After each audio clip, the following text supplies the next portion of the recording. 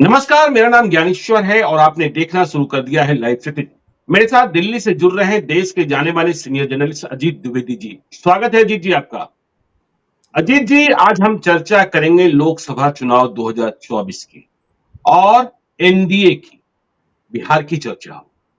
क्योंकि आपने बिहार में यह समझा है, अब तो महागठबंधन की सरकार है, इंडिया अलायंस की सरकार है, कि जब कभी नीतीश कुमार और लालू यादव एक हो जाते हैं, दुनिया की सबसे बड़ी पॉलिटिकल पार्टी, भारत की केंद्र में बैठी पार्टी भारतीय जनता पार्टी, उसे बिहार में टहनियों की जरूरत पड़ जाती है, अकेले नहीं लड़ पाती।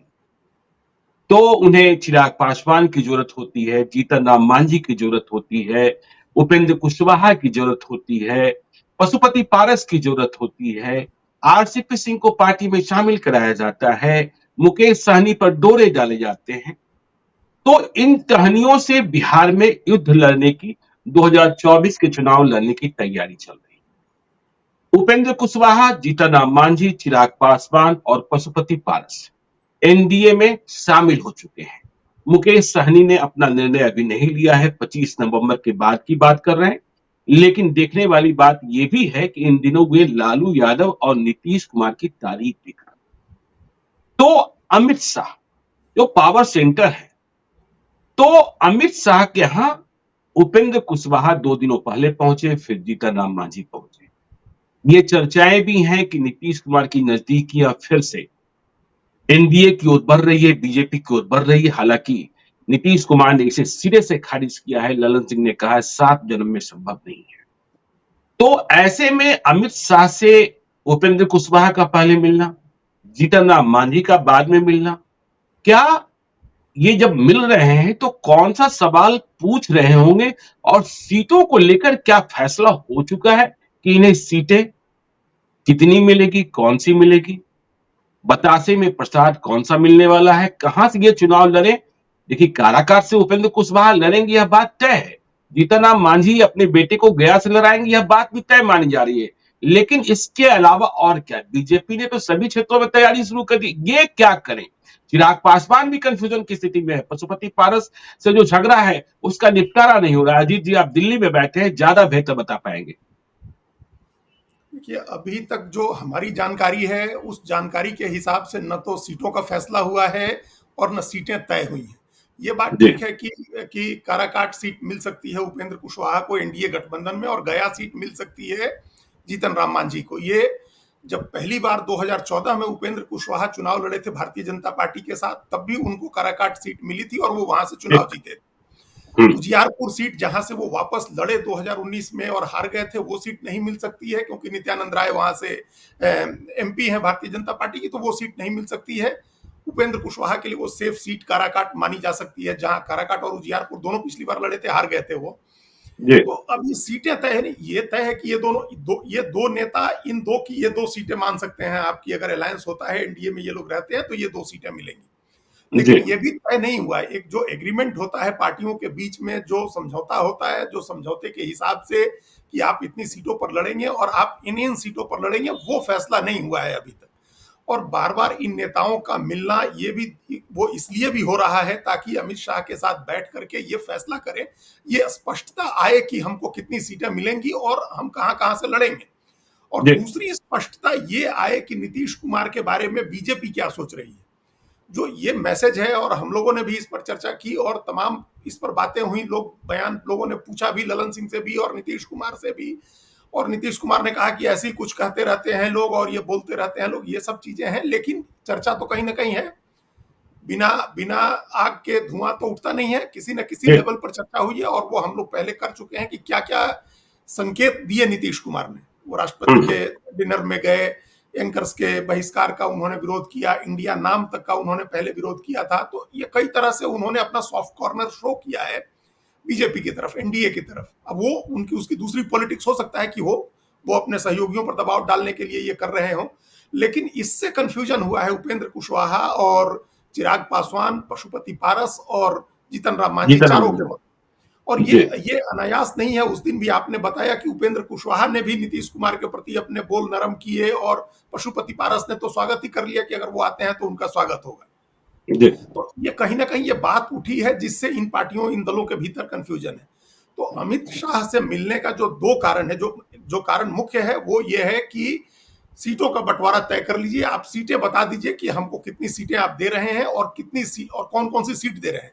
और दूसरा, नीतीश कुमार के बारे में आप अपनी राय बता दीजिए, स्पष्ट कर दीजिए कि उनको कहीं लेने तो नहीं जा रहे हैं आप, अगर क्योंकि अगर नीतीश कुमार अलायंस में आते हैं तो वो आते ही सारे समीकरण अपने आप बदल जाएंगे।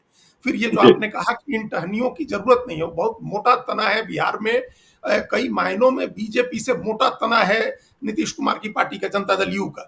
तो अगर जी, वो साथ में आ जाते हैं तो ये टहनियों की जरूरत नहीं पड़ेगी, ये बात ये चारों नेता समझ रहे हैं। और इसमें से दो एक नेता तो ऐसे हैं, खासतौर से चिराग पासवान, जिनके साथ इस तरह से संबंध खराब हुए नीतीश कुमार के। और अगर नीतीश कुमार आज कोई गांठ बांध करके बैठे हैं भारतीय जनता पार्टी के खिलाफ, तो उसके मूल में चिराग पासवान है। ये सारा जी, झगड़ा 2020 के विधानसभा चुनाव का है, जब चिराग पासवान ने अपने उम्मीदवार उतारे थे जनता दल यू के उम्मीदवारों के खिलाफ। उन्होंने बीजेपी का समर्थन किया, अपने को प्रधानमंत्री मोदी का हनुमान बताते रहे और उन्होंने उम्मीदवार उतारे जेडीयू के खिलाफ। और उसका जी, नतीजा हुआ कि उस गठबंधन में भी, आप सोचे, जब बीजेपी और जेडीयू साथ रहते हैं तो वो अनबीटेबल अलायंस होता है, वो उसको कोई नहीं हरा सकता है। और उस अलायंस में, जो अलायंस जिस व्यक्ति के चेहरे पर चुनाव लड़ रहा था, उस व्यक्ति की पार्टी 43 सीट पर आ गई। तो ये जी, बड़ा गहरा घाव चिराग पासवान ने दिया है और नीतीश कुमार को लगता है कि उसके पीछे कहीं ना कहीं बीजेपी है। तो अभी जो गांठ बंधी हुई है उसका कारण ये है 20 का चुनाव। चिराग पासवान भी इस बात को समझ रहे हैं कि अगर ये गांठ खुलती है और बीजेपी और नीतीश साथ में आते हैं तो फिर चिराग पासवान के लिए बड़ी मुश्किल होगी। क्योंकि आपको पता है कि चिराग पासवान के मुकाबले पशुपति पारस पहली पसंद है नीतीश कुमार की। और जी, जो पार्टी टूटी, लोक जनशक्ति पार्टी, उसके पीछे भी नीतीश कुमार का गेम प्लान उस समय बताते हैं कि उनकी वजह से पार्टी टूटी। और उनके कहने से आनन फानन में बीजेपी ने पशुपति पारस को मंत्री बनाया, उनकी पार्टी को वो मान्यता दी गई लोकसभा में, लोकसभा स्पीकर के द्वारा। तो ये सब नीतीश कुमार की वजह से हुआ, उनके कहने की वजह से हुआ था। तो चिराग इस बात को समझ रहे हैं, उपेंद्र कुशवाहा भी समझ रहे हैं, जीतन राम मांझी भी समझ रहे हैं। तो ये सब ये स्पष्टता चाहते हैं भारतीय जनता पार्टी से कि आप उनके बारे में क्या सोच रहे हैं, उनको आप वापस अपने गठबंधन में ले तो नहीं सकते हैं, और अगर लेते हैं तो हम लोगों की क्या पोजीशन होगी, हमारी क्या स्थिति होगी। ये दो चीजें इन लोगों की अभी बेचैनी है, ये इन चारों पार्टियों की, जिनको आपने छोटी छोटी टहनियां कहा, इनकी इनकी ये सबसे बड़ी बेचैनी है। बेचैनी है। देखिए अजीत जी, चिराग पासवान ने तो स्वयं कह दिया कि पशुपति पारस उनके जो चाचा हैं वो केंद्र में जेडीयू के खाते से मंत्री हैं। तो आपने कहा कि जब अमित शाह से मुलाकात हुई होगी उपेंद्र कुशवाहा की और जीतन राम मांझी की, तो उन्होंने नीतीश कुमार को लेकर सवाल पूछा होगा। लेकिन बड़ा सवाल, नीतीश कुमार आएंगे नहीं आएंगे ये भविष्य की बात है। अमित शाह इतने बड़े चाणक्य हैं कि वे पत्ते खोलते नहीं हैं। देखिए, जब इंडिया अलायंस की तुलना करने के लिए या इंडिया अलायंस को कमतर करने के लिए दिल्ली में एनडीए का कुनबा बड़ा किया जा रहा था, तो सभी छोटी छोटी पार्टियों के नेताओं को आमंत्रित किया जा रहा था। जयंत चौधरी, अजीत सिंह के बेटे, चौधरी अजीत सिंह के बेटे, आरएलडी के प्रमुख, उन्हें भी बुलाया गया था। दिल्ली में खबर है, आपको ज्यादा बेहतर खबर होगी, कि उनके पास भी कॉल गया। लेकिन जयंत चौधरी ने कहा कि मैं दिल्ली तो आ जाऊंगा, लेकिन पहले मुझे सीटें बता दो, कितनी सीटें दोगे, इसके बाद मैं दिल्ली आने के बारे में फैसला करूंगा। तो बीजेपी वाले बोले पहले आ जाइए, इसके बाद सीटों पर बात होगी। परिणाम यह निकला कि जयंत चौधरी नहीं गए, ओम प्रकाश राजभर चले गए, दारा सिंह चौहान चले गए, उपेंद्र कुशवाहा चले गए, जीतन राम मांझी चले गए। तो जयंत चौधरी दिल्ली जाने की बजाय बेंगलोर चले गए आगे इंडिया अलायंस की बैठक में। तो क्या आपको लगता है कि उपेंद्र कुशवाहा और जीतन राम मांझी या चिराग पासवान, इन्हें अभी यह बताया ही नहीं गया कि 40 सीटों में से कितनी सीटें आपको दी जाएगी, जो ये अपने समर्थकों से कह रहे हैं या जो दावा कर रहे हैं, बस ये ख्याली पुलाव है। भाजपा की कृपा कितनी मिलेगी यह अब तक स्पष्ट नहीं है।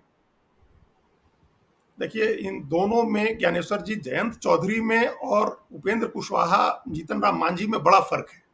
जी। जीतन राम मांझी और उपेंद्र कुशवाहा को बीजेपी की जरूरत है, और हम्म, उत्तर प्रदेश में जयंत चौधरी की जरूरत बीजेपी को है। जी। ये दोनों का फर्क समझिए, वहां बीजेपी को चाहिए कि जयंत चौधरी उसके साथ आ जाए, और हम्म, यहाँ इन दोनों को चाहिए कि बीजेपी अपने साथ ले ले इन दोनों को। जी।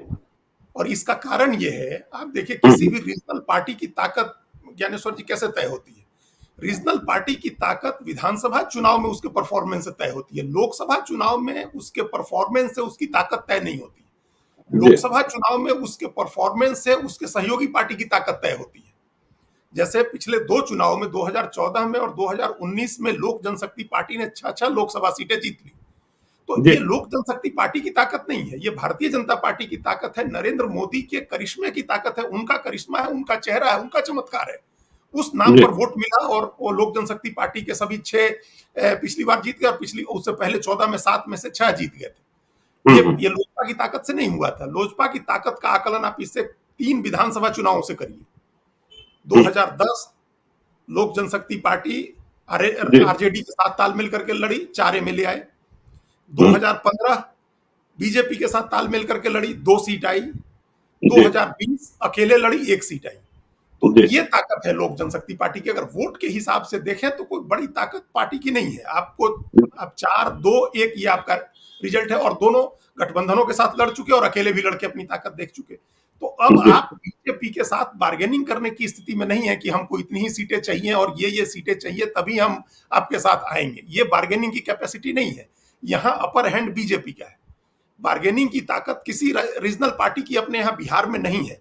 जबकि जयंत चौधरी के पास बार्गेनिंग कैपेसिटी है, वो एक साइजेबल जाट वोट को रिप्रेजेंट करते हैं जिसकी जरूरत है बीजेपी को स्ट्रेटेजिकली आंकड़ों के हिसाब से देखें तब भी।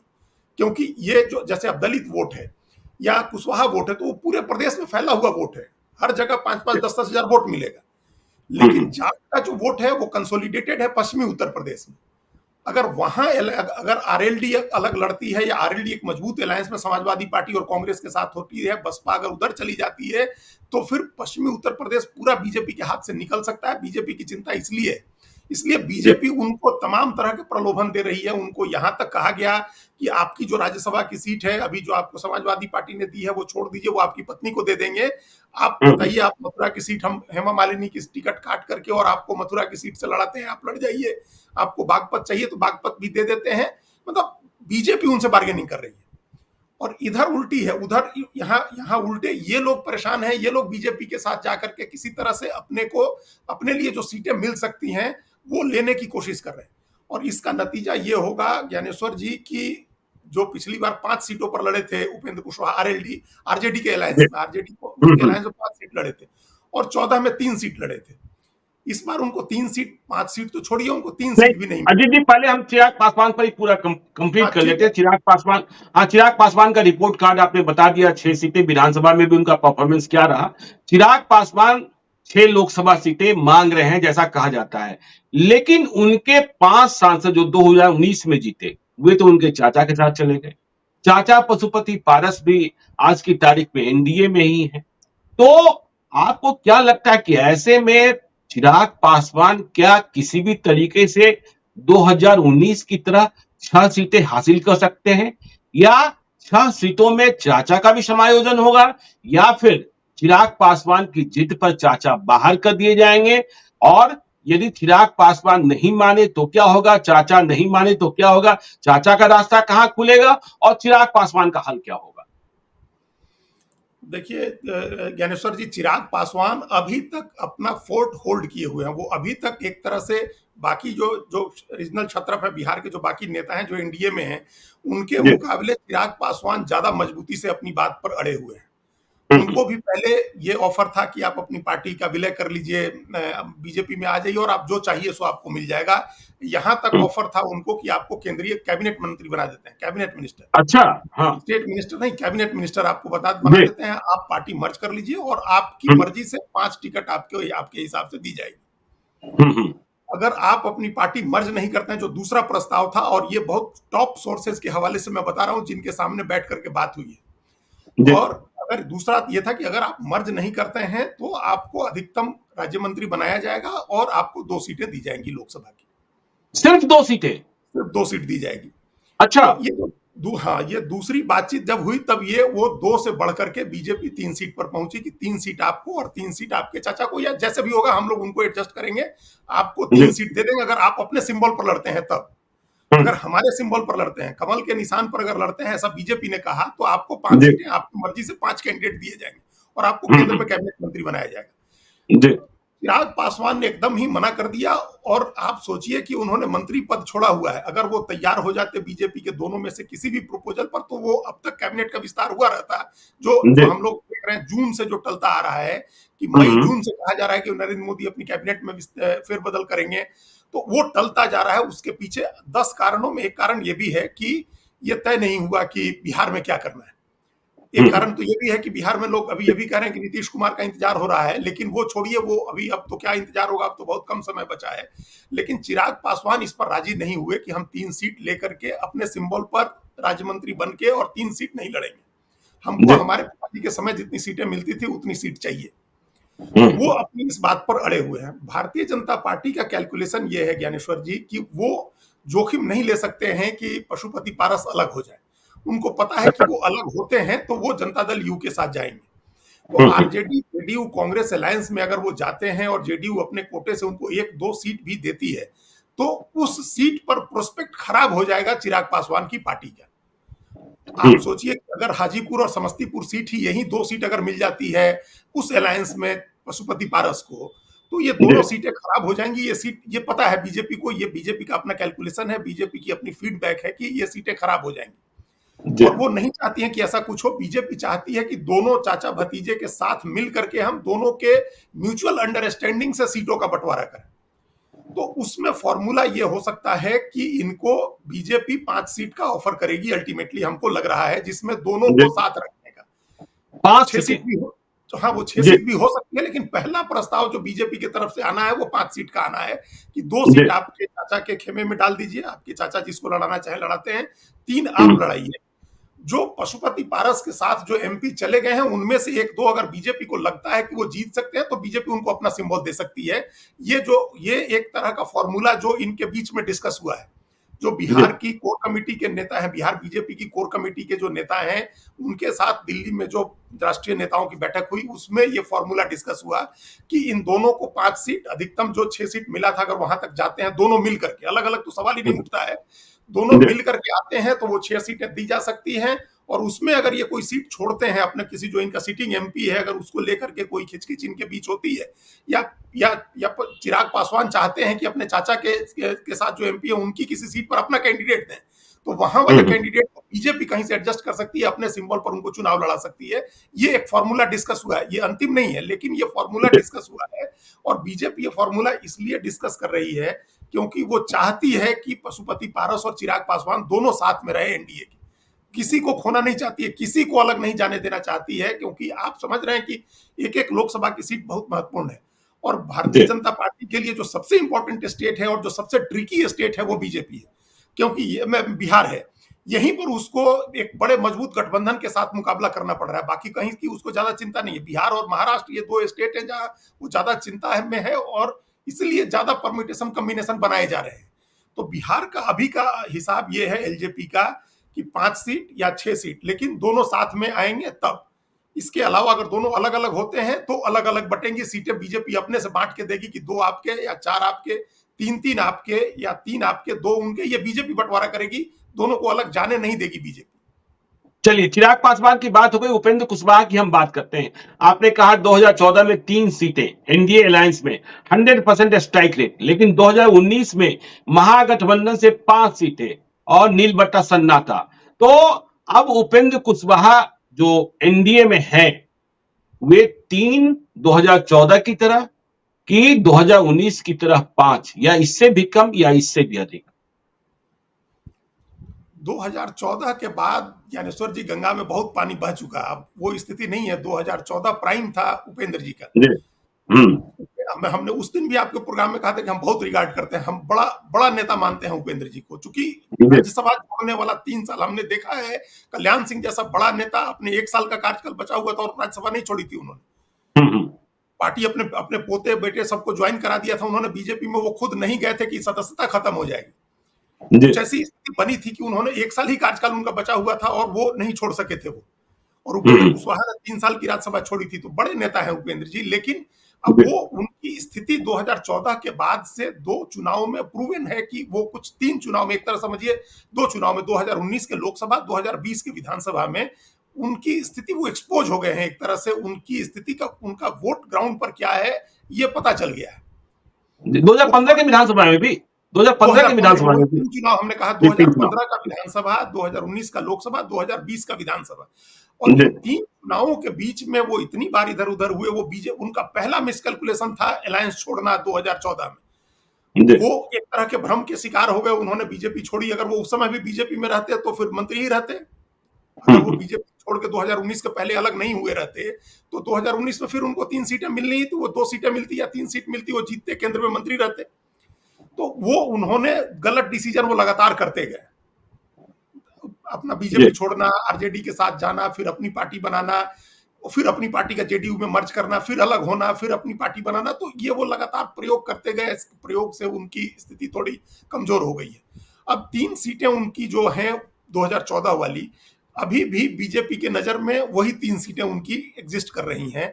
लेकिन तीसरी सीट अब उनको, एक तो यह सीट मिल नहीं सकती है ना, जहानाबाद की सीट उनको मिलने वाली है, क्योंकि लोक जनशक्ति पार्टी के साथ, चिराग पासवान के साथ जो नया समीकरण बन रहा है, उस समीकरण में भी उस सीट का एक इंपॉर्टेंट रोल होगा, वो आगे पता चलेगा। उनके पास काराकाट और सीतामढ़ी की ये 2 सीटों का ऑप्शन है। 2 सीटों का ऑप्शन है, 2 सीटों का तीसरी ऑप्शन सीट है। तीसरी सीट उनको नहीं मिलेगी। नहीं वो मिलेगी इसलिए नहीं मिलेगी क्योंकि एक तो एक अलायंस पार्टनर भी बढ़ गया है, जी और बीजेपी, हमने पहले कहा कि बीजेपी अब अपनी अपनी सीटों में कोई कंप्रोमाइज करने नहीं जा रही है, क्योंकि बीजेपी को इन पार्टियों की स्थिति पता है कि इन जी पार्टियों का वोट आधार कितना है। वो बीजेपी ने देख लिया, पिछले 3 चुनाव में इन सबको विधानसभा में देख लिया, लोकसभा में देख लिया। और बीजेपी को पता है कि लोकसभा चुनाव में सारी पार्टियां उसके संसाधन से लड़ेंगी और उसके नेता के चेहरे पर लड़ेंगी, नरेंद्र मोदी को प्रधानमंत्री बनाने के लिए लड़ेंगी। तो जी बीजेपी अपनी सीटें क्यों नहीं बढ़ाएगी? बीजेपी जो अभी 17 पर है, उसकी कोशिश तो ये होगी ना कि वो 2014 की तरह 23 सीट जीते, वहां से 22 सीट जीते। बिल्कुल तो वो बिल्कुल 22-23 सीट जीतने के लिए उसको ज्यादा सीटें लड़नी होंगी। उसको कम से कम 30 सीट लड़नी है अपने बीजेपी को, उसमें वो कॉम्प्रोमाइज नहीं करने जा रही है। तो उसके पास ऑप्शन ये है कि 10 सीटें जो 2014 में उसने खाली की थी, वो 10 सीट है। लेकिन अब उसी में जीतन राम मांझी भी आए हुए हैं। तो लोक जनशक्ति पार्टी को एडजस्ट करना, अगर सिर्फ लोक जनशक्ति पार्टी के दोनों खेमे और उपेंद्र कुशवाहा होते तो शायद 3 सीट मिल जाती। जी लेकिन अब वो संभव नहीं है, क्योंकि वो संभव नहीं है। उन्हीं के कोटे में से काट करके और एक जी सीट जीतन राम मांझी की तरफ जानी है। नहीं, अभी जीतन राम मांझी पर आते हैं अजीत जी, लेकिन एक सवाल का जवाब हम और चाहते हैं। अभी हम जीतन राम मांझी पर आते हैं कि उपेंद्र कुशवाहा एनडीए में गए, उन्होंने अपनी पार्टी के साथ भी गए, नई पार्टी बनाई कर रहे हैं, लेकिन उपेंद्र कुशवाहा एनडीए में पहुंचे, इधर सम्राट चौधरी को बिहार प्रदेश भारतीय जनता पार्टी का अध्यक्ष बना। दोनों कुशवाहा राजनीति के चेहरे। तो सम्राट चौधरी को अध्यक्ष बनाए जाने से उपेंद्र कुशवाहा की राजनीतिक सेहत पर भी कोई असर आप देखते हैं क्या? बिहार के ही रहने वाले हैं, बिहार की मिट्टी को समझते हैं, बिहार के खाद पानी को आप समझते हैं, क्या कोई असर दिखता है क्या इसका? नहीं, ये एक बात है, अगर बीजेपी ने सम्राट चौधरी को प्रदेश अध्यक्ष नहीं बनाया होता, तब जी उपेंद्र कुशवाहा का एनडीए में महत्व थोड़ा ज्यादा होता। जी क्या है कि वो, आप समझ रहे हैं इस बात को, जब तक संजय जायसवाल अध्यक्ष थे या दूसरा कोई भी अध्यक्ष होता, संजय जायसवाल होते, राधा मोहन सिंह, नित्यानंद राय, मंगल पांडे, जितने भी ये नेता अध्यक्ष हुए, अगर कोई कुशवाहा समाज का नेता, और वो भी बड़ा नेता, जी सम्राट चौधरी अपने अकाउंट से भी बड़े नेता हैं, और वो शकुनी चौधरी के पुत्र हैं, जिन्होंने लौ कुश समीकरण सबसे पहले बिहार में बनाया नीतीश कुमार के साथ मिल करके। तो वो एक लीगेसी को भी रिप्रेजेंट करते हैं, और अपना भी उनका एक मजबूत वोट आधार है, एक बड़े वोकल लीडर हैं वो। तो अगर वो नहीं होते तब उपेंद्र कुशवाहा का महत्व एनडीए में ज्यादा होता। तब आज हम ये नहीं कह रहे होते कि उनको 2 सीट से ज्यादा नहीं मिलेगी, तब उनको 3 सीट मिल जाती, आराम से मिल जाती, उनको किसी तरह से बीजेपी एडजस्ट करती। क्योंकि जो गैर यादव ओबीसी वोट है, उसमें सबसे बड़ा वोट कुशवाहा का है, कोयरी का है, जो ऑलमोस्ट 7% वो वोट बनता है। और बीजेपी उसी वोट पर रिलाई करके ये पॉलिटिक्स कर रही है कि उसके सवर्ण और वैश्य वोट में जो जो गैर यादव दूसरा वोट जुड़ेगा, वो कोयरी का वोट होगा। तो वो वोट अभी के समय में सम्राट चौधरी को इतना बड़ा पद पार्टी ने दिया है कि वो वोट वो टर्न करने की स्थिति में है। क्या है कि जो कास्ट का जो एस्पिरेशन है, जो पावर में शेयर करने की का जो एम्बिशन है, वो एम्बिशन जगा हुआ है कोयरी जाति में, कुशवाहा जाति में, और उसको सत्ता में हिस्सेदारी चाहिए, और बड़ी हिस्सेदारी चाहिए। पिछलग्गू बन के नहीं चाहिए। तो वो रिप्रेजेंट कर रहे हैं। और जिस तरह से आपने देखा कि गिरिराज सिंह ने कहा और कई दूसरे लोगों ने बार-बार ये कहा कि सम्राट चौधरी मुख्यमंत्री पद के दावेदार हैं। तो आप समझते हैं ये कितनी बड़ी बात होती है किसी भी समाज के लिए, किसी भी जो आदमी जो पॉलिटिकली एक्टिव जो जाति है। आप देखिए सिर्फ ये कह के कि डीके शिव कुमार मुख्यमंत्री हो सकते हैं, कर्नाटक में कांग्रेस ने तमाम वोकाली का वोट हासिल कर लिया, देवगौड़ा को छोड़ करके वोकालिगा ने वोट दिया कांग्रेस को कि डीके शिव कुमार मुख्यमंत्री हो सकते हैं। वैसे ही अगर ये कहा जा रहा है, ये बात अगर नीचे तक जाती है कि सम्राट चौधरी मुख्यमंत्री हो सकते हैं, तो कुशवाहा वोट ट्रांसफर होगा बीजेपी में, अपने आप ट्रांसफर होगा, उसके लिए जरूरत नहीं है किसी दूसरे चेहरे की। इस वजह से बार्गेनिंग कैपेसिटी जो है उपेंद्र जी की वो कम हो गई है। सम्राट चौधरी के बीजेपी का अध्यक्ष होने से उपेंद्र कुशवाहा की एनडीए में बार्गेनिंग कैपेसिटी कम हो गई है, इसलिए वो ज्यादा सीट नहीं डिमांड कर सकते हैं और मिलेगी भी नहीं। नहीं मिलेगी। चलिए अब जीतन राम मांझी की बात करते हैं। जीतन राम मांझी को नीतीश कुमार ने कहा था कि आप अपनी पार्टी का विलय कर लीजिए और जीतन राम मांझी विलय के लिए तैयार नहीं हुए, फिर उन्होंने एनडीए की राह पकड़ ली। यदि हम 2019 के चुनाव को देखें, लोकसभा चुनाव को देखें, तब वे महागठबंधन के साथ थे, उन्हें 3 सीटें मिली थी लड़ने के लिए, गया, औरंगाबाद और नालंदा। तो कोई भी जीत नहीं पाए, नीतीश कुमार और बीजेपी साथ में थी। तो देखिए जो जीतन राम मांझी का रिपोर्ट कार्ड है, जब वे नीतीश कुमार के साथ रहे तभी फायदे में रहे हैं, तो वे विलय के लिए तैयार नहीं हुए। बात ऐसी लग रही थी कि उनके बेटे को चुनाव लड़ाने के लिए तैयार है नीतीश कुमार, बशर्ते हुए अपनी पार्टी का विलय कर दें। तो वे लालच में गए क्योंकि उन्हें बेटे को अपनी विरासत देनी है। जीतन राम मांझी को उम्र भी हो चुकी है, लेकिन जीतन राम मांझी और संतोष सुमन भी कह रहे हैं कि 1 सीट नहीं, हम तो 4 सीटों की बात कर रहे हैं। क्या आपको लगता है कि जीतन राम मांझी की हैसियत इतनी बड़ी? आपने कहा उपेंद्र कुशवाहा को 2 सीटें मिलेगी, लोजपा 5 से 6 सीटों पर, दोनों मतलब चाचा भतीजे। ऐसे में जीतन राम मांझी के खाते में क्या आने वाला है और वे कितना प्रभाव डालेंगे? देखिए ज्ञानेश्वर जी, हमने पहले कहा कि बीजेपी 30 सीट लड़ेगी, तो बची 30 हुई सीट 10 लड़ेगी। सीटें हैं। हाँ, उन 10 सीटों में जो बंटवारा होना है वो बंटवारा होना है। जी उस 10 से ज्यादा बीजेपी 30 से नीचे नहीं आ रही है, 29 सीट नहीं लड़ेगी, वो 30 सीट लड़ेगी जी बीजेपी। तो उसमें अब आप 10 सीटों में बांट लीजिए। हमने कहा कि 2 सीट उपेंद्र कुशवाहा को और 6 सीट अगर हम लोग मान लें दोनों खेमों को मिला करके, तो 8 सीटें 6 हो 2 गई, तो 8। 2 ही सीट तो बचती हैं। हम्म। 2 ही सीट तो बचती है। अगर किसी तरह से पशुपति पारस और चिराग पासवान को एडजस्ट करने में अगर 1 सीट और देनी पड़ती है, तब 1 सीट बचेगी। जी तो जीतन राम मांझी के लिए जो बीजेपी में ऑप्शन है वो 1 या 2 सीट का है। आपने देखा पिछली बार, अब हम लोग इस पर क्या चर्चा करें कि 2019 में इन लोगों ने किस तरह से टिकट बांटे, कैसे जी कैसे लोगों को टिकट दिया और क्या कंसिडरेशन था टिकट देने का। 1 या 2 हाँ कैंडिडेट जो बिल्कुल। जो 5 सीटें आरएलएसपी ने दी, 3 जी जीतन राम मांझी ने दी और 3 मुकेश सहनी ने दी। ये आप सोचिए 11 सीटें थी। इन 11 सीटों में आप 1, 2 या 3 कैंडिडेट छोड़ दें तो कौन अच्छा कैंडिडेट था लड़ने वाला? एकदम दूसरे कंसिडरेशन पर सब टिकटें बांटी गई। तो बीजेपी तो जी ये देख रही है ना, बीजेपी तो ये नहीं करने देगी कि आप हमारी टिकट लीजिए और किसी टॉम डिक एंड हैरी को किसी और कंसिडरेशन में आप टिकट दे दीजिए। जी ये तो नहीं होने देगी ना। तो इसलिए ये इनका ऑप्शन, ये अच्छा ऑप्शन है। और जीतन राम मांझी इस बात को समझ रहे हैं कि 3 सीट लड़ के कोई भी न जीतने से अच्छा है कि एक गया सीट लड़ करके और एमपी हो जाए। क्या पता केंद्र में मंत्री भी हो जाए अगर सरकार बनती है बीजेपी की। तो वो उनके लिए वो अपना देखिए, ये नेता लोग बहुत समझदार होते हैं, कभी कभी ही गलती करते हैं, कभी कभी ही मिसकैलकुलेशन होता है। जैसे 2009 में रामविलास पासवान जी ने कर लिया था, या 2019 में उपेंद्र कुशवाहा ने कर लिया। तो ये कभी कभी होता है, मिसकैलकुलेशन हर बार नहीं होता है। तो अब ये इनका कैलकुलेशन होगा जो जीतन राम मांझी का है कि हम 1 सीट लड़के, अगर 1 सीट बीजेपी जीत देती है तो वो 1 सीट लड़के चुनाव जीत जाए, एमपी हो जाए। अगर 2 सीट दे देती है तो बहुत बढ़िया है, हम 2 सीट लड़के और चुनाव जीत जाए। देखिए, लोकसभा और विधानसभा में बड़ा फर्क है।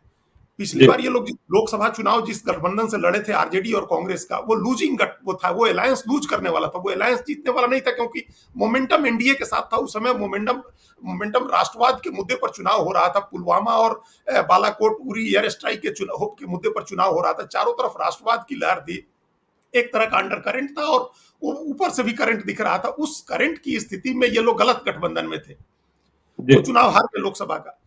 अभी भी जो स्थिति है लोकसभा चुनाव में, जब भी लोकसभा चुनाव की बात होगी तो एक नरेंद्र मोदी का करिश्मा होता है। आप बताइए, लोकसभा चुनाव में कौन पार्टी हरा सकी है बीजेपी को? जिस पार्टी ने विधानसभा चुनाव में बहुत बुरी तरह से बीजेपी को हराया, वो भी लोकसभा में बीजेपी को नहीं हरा सकी है। और ये कोई बिना बायस के, बिना किसी पूर्वाग्रह के हम ये बात करें। आप दिल्ली में देखिए, बीजेपी 3 सीट जीती थी विधानसभा की, 70 में से 3। सिर्फ 3। जी। और सभी 67 सीट 7 सीटें। और 67 में से जीतने वाली आम आदमी पार्टी एक भी सीट लोकसभा की नहीं जीत सकी। जी। सभी 7 सीटें दोनों बार सभी 7 सीटें बीजेपी जीती है, जबकि लोकसभा चुनाव विधानसभा चुनाव में बुरी तरह हारी। तो जी। लोकसभा चुनाव का जो एक गणित होता है वो हमेशा टिल्टेड होता है बीजेपी की तरफ, राष्ट्रीय पार्टी की तरफ। और चूंकि दूसरी राष्ट्रीय पार्टी जो है कांग्रेस, वो वहां कुछ करने की स्थिति में नहीं है बिहार में। आम जनता बिल्कुल। ये सोचती है कि हम विधानसभा में तो दे दें इनको, लोकसभा में इनको दे के क्या करेंगे, थोड़े जाके प्रधानमंत्री होने जा रहे हैं। तो जी। लोकसभा में उसको, और हम लोगों ने ये अपने मुंह से सुना है, 2014 के चुनाव में अपने कानों से सुना है लोगों को कहते हुए कि लोग कह रहे थे कि अभी लोकसभा में तो हम लोग मोदी को देंगे, विधानसभा में फिर नीतीश जी को दे देंगे। तो वो दे देते हैं लोग, विधानसभा में रीजनल पार्टीज को मिल जाती है। तो इस हिसाब से एक विनिंग कॉम्बिनेशन जीतन राम मांझी को दिख रहा है कि बीजेपी के साथ है। बीजेपी के साथ जी। जाने में ये फायदा है कि अगर हमको 2 भी सीट मिलती है तो हम लड़के जीत सकते हैं, 1 भी मिलती है तो हम लड़के जीत सकते हैं। उसके बाद कुछ और बार्गेन करके ले सकते हैं। बीजेपी राज्यसभा देने की स्थिति में है, बीजेपी मंत्री बनाने की स्थिति में, बीजेपी बहुत सारी चीजें देने की स्थिति में है अभी। दूसरे लोग भी गवर्नर बहुत बनने की कुछ चाहत भी है, गवर्नर बनने की चाहत भी है। गवर्नर बना सकती है, तो अभी वो दूसरी चीजें, दूसरे लोग कुछ और देने की स्थिति में नहीं है। तो जी। इनके लिए ये हम कह रहे हैं, मेरा अपना मानना है कि 2 सीटें अधिकतम हैं लोक जनशक्ति पार्टी के लिए। अब ये बार्गेनिंग का पॉइंट है कि हमको 4 नहीं, सीट लोक चाहिए। जनशक्ति पार्टियां नहीं, हम के लिए, हम के लिए। करिएगा वो हिंदुस्तान अवाम मोर्चा के लिए जी, ये जी, एक जी, जी। बार्गेनिंग की बात है कि वो, कि हमको 4 सीट चाहिए। तो जी। 4 सीट से बार्गेनिंग शुरू करिए। आप जो कहते हैं कि तोप का लाइसेंस मांगने जाइए तो पिस्तौल का मिल जाता है, पिस्तौल का लाइसेंस। तो उसी चलिए, तरह से ये 4 सीट, जीतन राम मांझी की बात हमने कर ली, लेकिन चलते-चलते आरसीपी सिंह बड़ी उम्मीद के साथ वे अब तो बीजेपी में ही खो गए हैं, बीजेपी के भीतर ही खो गए हैं, कहाँ हैं पता नहीं चलता है। जब अमित शाह आते हैं तो उनका नाम भी अंतिम लेते हैं। तो आपको आरसीपी सिंह को लेकर क्या उम्मीदें दिखती हैं, या जब हमने देखा बिहार में भाजपा के प्रदेश पदाधिकारियों की कमेटी बनी, बड़ी उम्मीदें थी कि आरसीपी सिंह के लोग शामिल किए जाए, किसी एक को जगह नहीं मिली। आरसीपी सिंह को सिमटना पड़ेगा या आरसीपी सिंह को आगे मौका देगी बीजेपी? देखिए इस बीजेपी ये तय देखेगी कि उनकी क्या उपयोगिता है, वो बीजेपी को वोट में कोई फायदा करा पाते हैं या नहीं करा पाते हैं। जी। देखिए बीजेपी में किसी कोई भी पॉलिटिकल आदमी, पॉलिटिकल पार्टी इमोशनल होकर के कोई भी डिसीजन नहीं करती है। हो सकता है कि निजी संबंधों में कोई कर लेता हो, लालू यादव, नीतीश कुमार कभी कर दें या रामविलास पासवान करते रहे हो। बीजेपी जी। इमोशंस में आकर के कोई डिसीजन नहीं करती है। आप देखिए पिछले 5 साल से 6 साल से वैजयंत जय पांडा बीजेडी छोड़ करके आए और कुछ नहीं मिला उनको। आप देखिए उनको, ये जो मुकुल राय छोड़ करके आए और वापस चले गए, उनको कुछ नहीं मिला। यहाँ जितने दिन रहे उनको कुछ नहीं मिला, वापस चले गए। तो जी। जिनकी उपयोगिता होती है, जो उपयोगी होता है, वोट दिला सकता है, चुनाव जिता सकता है या कुछ दूसरे तरह से मदद कर सकता है, तो आपकी पूछ है, नहीं तो आपकी कोई पूछ बीजेपी में नहीं है, आप पड़े रहिए। बीजेपी जी। असेसमेंट करा रही है कि उनको नालंदा चुनाव, लोकसभा क्षेत्र से चुनाव लड़ाने पर वो जीतेंगे या नहीं जीतेंगे। हालांकि नालंदा में दूसरे 1-2 कैंडिडेट हैं जो अच्छे कुर्मी समाज के ही, जो दूसरे सबसेक्शंस हैं उनसे आते हैं और वो मजबूत लोग हैं, अपना प्रचार कर रहे हैं वहां। तो वहां जी। भी चुनौती है इनके लिए, केक वॉक वहां भी नहीं। अपने लिए अगर वो एक लोकसभा की सीट भी मांगना चाहें तो वो बड़ी कृपा होगी, उनको डिपेंडेंट रहना होगा बीजेपी के शीर्ष नेतृत्व पर कि एक लोकसभा सीट भी कृपा करके उनको दे दी जाए। और वो तब मिलेगा जब बीजेपी के सर्वेक्षणों में ये रिपोर्ट आएगी कि वो चुनाव जीत सकते हैं। वहां नीतीश कुमार को, चूंकि नालंदा में कोई नहीं लड़ता है, नालंदा में पार्टी नहीं लड़ती है जेडीयू, नालंदा में नीतीश कुमार चुनाव लड़ते हैं। बिल्कुल, बिल्कुल, बिल्कुल। तो वहां उनको हरा सकते हैं वो।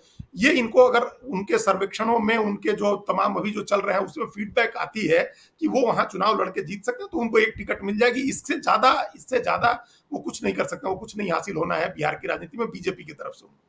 चलिए, बहुत-बहुत धन्यवाद अजीत जी, आज आप हमसे जुड़े। आपने करीब-करीब स्पष्ट कर ही दिया कि अमित शाह के मन में क्या है, बीजेपी के मन में क्या है, और चिराग पासवान, पशुपति पारस, उपेंद्र कुशवाहा, जीतन राम मांझी, आरसीपी सिंह के लिए कितनी सीटें रखी गई है। मुकेश सहनी पर आज चर्चा लंबी हो गई, आगे कभी हम लोग चर्चा कर लेंगे। तो बहुत-बहुत धन्यवाद। हम अपने दर्शकों से कहते हैं कि यदि अब तक आपने हमारे यूट्यूब चैनल लाइव सिटी को सब्सक्राइब नहीं किया है तो जरूर कर लीजिएगा, और यदि इस वीडियो को फेसबुक पेज के माध्यम से देखें तो पेज को लाइक कीजिएगा, ट्विटर पर भी हमें फॉलो कीजिए। धन्यवाद।